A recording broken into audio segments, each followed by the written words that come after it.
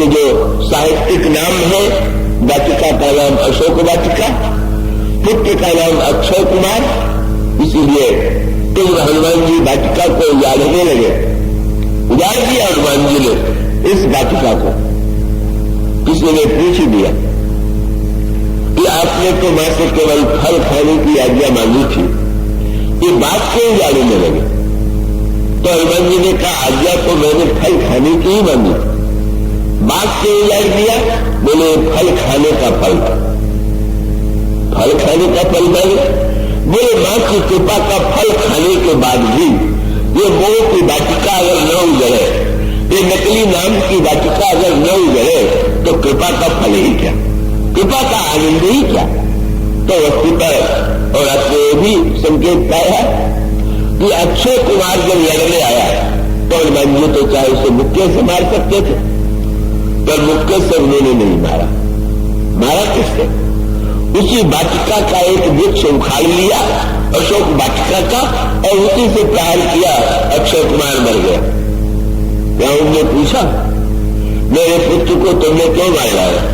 बोले मैंने कहा मारा, तुम्हारे अशोक ने तुम्हारे अक्षय को मार दिया, तुम्हारी वाटिका का ही वृक्ष और तुम्हारे पुत्र की मृत्यु का कारण बना, ये जन्म है। तो इसका अभिप्राय ये, संसार में शरीर न तो अक्षय हो सकता है, न शरीर अशोक हो सकता है। और इस दृष्टि से अगर व्यक्ति ये चाहता हो कि हम इन उपायों के द्वारा हम शोक से मुक्त हो जाए, तो रावण जैसा व्यक्ति भी कहां शोक से मुक्त हो पाया। नाम तो एक से एक बढ़ करके उसने रख लिए थे। रावण की सेना में जो राक्षस रहता था उसका कितना साहित्यिक नाम, कालनेम।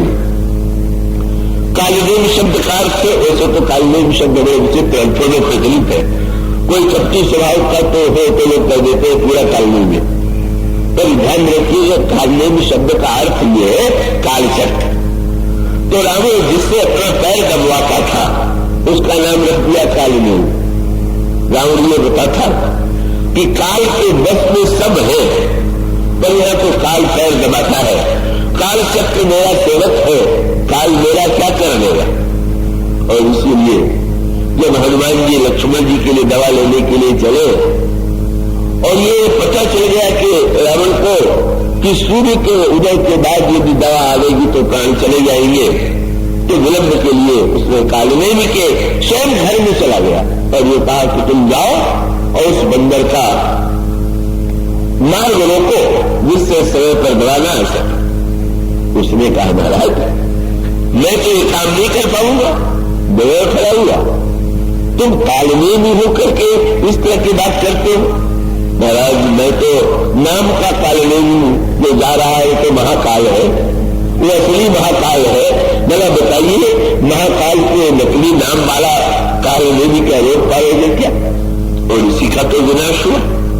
इसलिए अगर व्यक्ति शोक से मुक्त होना चाहता है तो हम मानो प्रत्येक स्थिति को, वो गोस्वामी जी के जीवन में बड़ी मीठी बात आती, उन्होंने बड़ी लंबी आयु पाई थी, कोई 126 वर्ष, कोई 128 वर्ष, कोई 86 वर्ष लंबी आयु।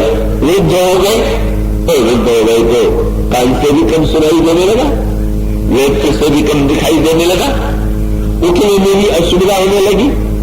और शिष्य तो इसमें के कारण चाहते यही है कि हमारे गुरुदेव को अधिक से अधिक तक हमें दर्शन देते रहे, सेवा का अवसर देते रहे। उन्होंने गोस्वामी जी से यही कहा कि महाराज आप आज्ञा दें, जिस वैद्य को आप कहें उस वैद्य को हम बुला के ले आवें और वो दवा दे। गोस्वामी जी ने देखा उनकी भावना को और ये कहा कि हाँ तुम लोगों की बड़ी इच्छा है तो अवश्य वैद्य को बुलाओ, पर मैं चाहता हूं कि ये जो कमजोरियां हैं शरीर की, का ये तो पूरी तरह से मिटने वाली नहीं, लेकिन उस वैद्य को अगर ये पता चले कि ये वस्तु कम हो रही है और उसके लिए उसके पास कोई दवा हो तो वो दवा दे।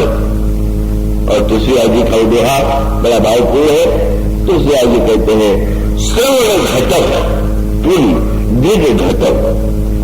तो ये आंख की शक्ति तो घटने ही वाली, कान की शक्ति तो घटने ही वाली है। श्रवण घटऊ पुल घटऊ घटऊ सकल बल दे, किंतु इते घटे घटी है न कछु घटे न हरिशो दे। ये घट जाए तो चिंता नहीं है, पर भगवान से हमारा प्रेम तो नहीं घट रहा है ना। ये जो भगवान से प्रेम का निरंतर बढ़ते जाना है, बस ये सूत्र जो है। कब हमें शोक से मुक्त होने के लिए मन में जो शोक है वो मन, जब तक हम विषयों के द्वारा ही शोक का निवारण करना चाहेंगे तब तक तो शोक से मुक्त नहीं होंगे।